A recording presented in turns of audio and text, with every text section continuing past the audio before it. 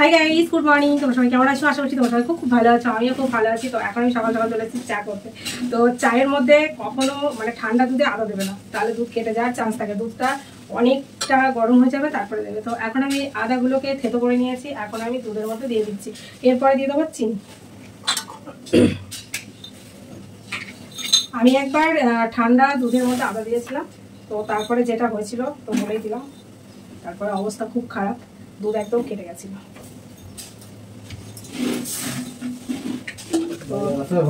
কি চিনি দুটো বস্তা পাওনি? এটা নেব। ওটা কি ছিল? নাও গা। আর আছে? বাইরে নেই, ভিতরে অনেক বস্তা আছে। তো এর মধ্যে এখন দিয়ে দেবো চা। চাটা দিয়ে অনেকক্ষণ ফোটাতে হবে। এই কৌটোটা আমি চায়ে করে নিয়েছি। এখন দুধ চায়ে একটু বেশি চা লাগে, লাল চা হলে একটু কম চা দিলেও চলবে। এখন চাটা ফুটছে।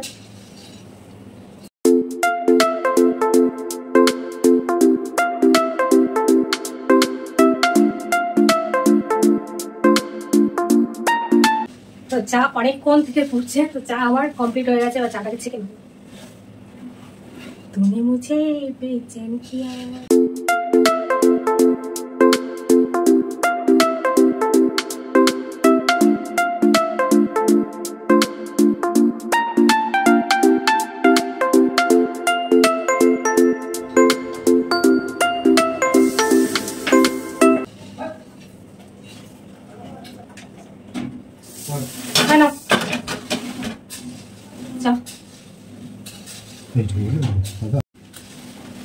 চায়ের সাথে বিস্কুটটা খাওয়াবে কিন্তু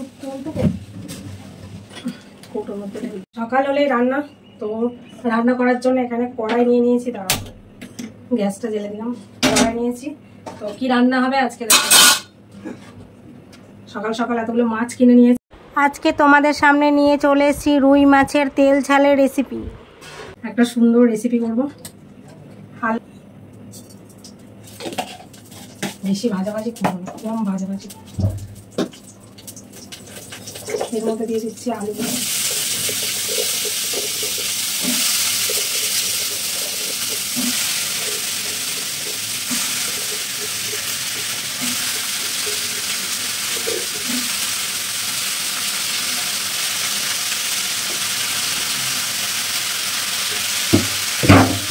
এর মধ্যে দিয়ে দেবো লবণ,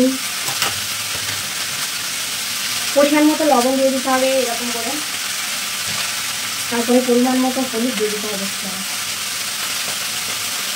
এই ছোটো যেটা হলুদ দিলে মানে হাফ পড়ে যাচ্ছে, হাফ কেটে যাচ্ছে, বুঝতে পারছি না। তারপরে একটু সুন্দর করে ভাজা করে দিতে হবে। ভাজা হয়ে গেছে হালকা করে। তো মশলা আমি একদমই ফেলে দিই না, কালকে রাতে ঘুমি করেছিলাম, তারই একটু মশলা বেঁচে গেছে, তো ওটাই দিয়ে দেবো। গরমের মধ্যে বেশি মশলা না দিলেও চলে যাবে। তো এরপরে এটা দিয়ে একটু ভাজা হবে। এবার ভাজা হলে লঙ্কাগুলো তাতে একটু করতে হবে। এর মধ্যে দিয়ে দিচ্ছি একটু লঙ্কা গুঁড়ো, কালারের জন্য দিচ্ছি, খাবার সাথে রাখবো না। তো এটা দিয়ে একটু নাড়াচাড়া করলাম। ভাজা হোক। একটুখানি মিট মশলা,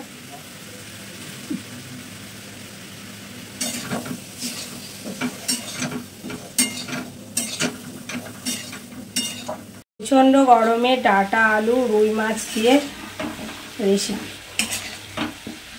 এই যে ডাঁটা আলু আর এই যে মাছ ভাজা আছে।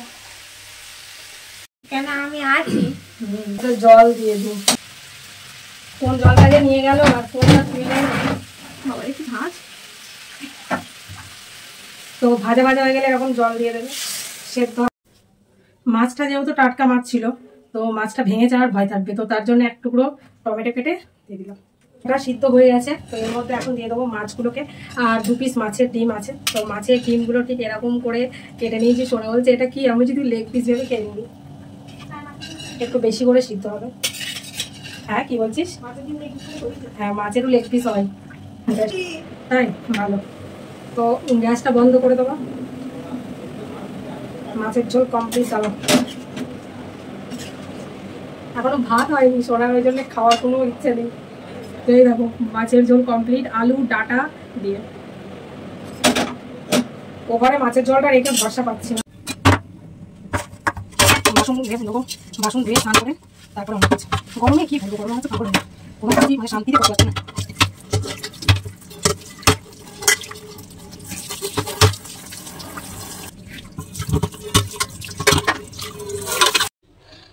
আজকে রান্না হয়েছে আলু ডাঁটা মাছ দিয়ে ঝোল, এখানে রেখে দিচ্ছি রাতের জন্য। আর এখানে হচ্ছে ভাত, আর এখানে রয়েছে একটু শাক ভাজা, আমি খাবো না, সোনা খাবে। আর এই যে আলু ডাঁটা মাছের ঝোল।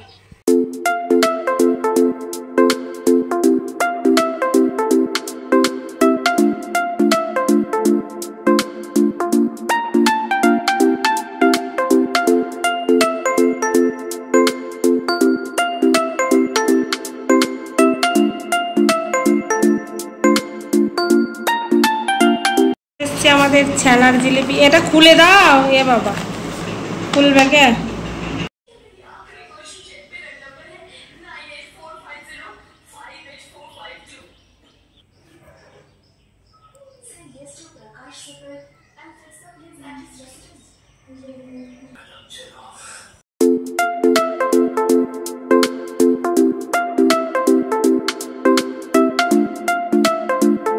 সো গাইস এখন বাজে রাত্রি 9টা, আর আজকে আমাদের বাড়িতে হবে। গতকাল আমি ব্লগটা শুরু করেছি, এখনো পর্যন্ত শেষ হয়নি, চলতেই আছে।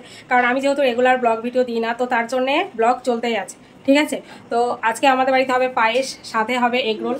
তো এগরোল বানানোর জন্য সমস্ত জিনিসপত্র চলে এসছে। আজকে তোমাদের সামনে নিয়ে আসবো এগরোলের রেসিপি। তো এগরোল বানাতে গেলে কি কি লাগে তোমরা সবাই জানো, তাও দেখে নাও, ঠিক আছে। বাজার থেকে আমি কি কি নিয়ে এসেছি, এই যে এখানে রয়েছে শসা, গাজর আর কাঁচা লঙ্কা।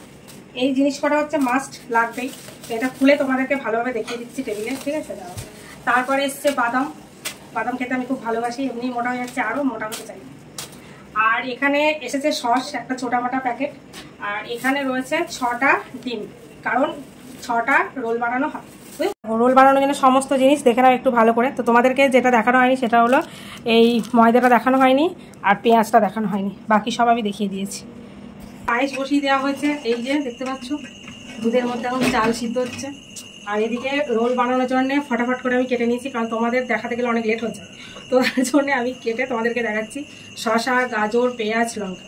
আমার কাজ হচ্ছে 2 সেকেন্ডের, এই বেশি সময় নিয়ে কাজ করতে আমার একদম ইচ্ছা হয় না, ভিডিও করতে অনেক লেট হয়ে যায়, অনেক লেট হয়ে যায়। এবার ফটাফট ময়দাটা মেখে, চলো দেখো পায়েসের চালটা সিদ্ধ হয়নি এখনো, আগে সিদ্ধ হোক তারপরে। তো এখানে আমি রোল বানানোর জন্য ময়দা মেখে নিয়েছি।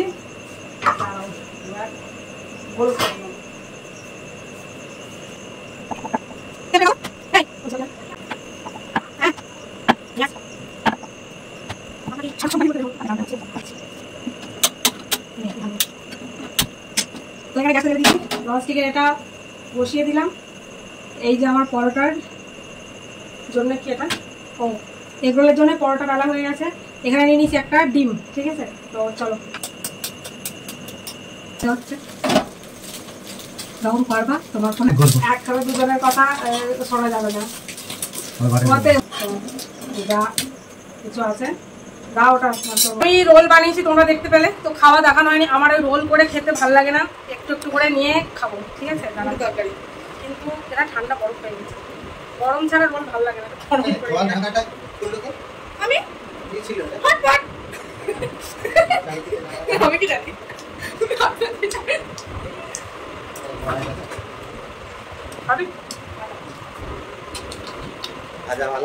সো গাইস, কালকে এগরোল খাওয়ার পর তোমাদের সাথে আর আমার কথা হয়নি। তো আজকে আবার নেক্সট ডে সকালবেলা ঘরটা ঝাড় দিয়েছি, দিয়ে স্নান করেছি, স্নান করে পুজো দিয়েছি, পুজো দিয়ে রান্নাঘরে চলে এসেছি। আর রান্নাঘরে এসে কি করেছি দেখো, এরকম একটা 5 মিশালি সবজি রান্না করেছি, দেখতে পাচ্ছ।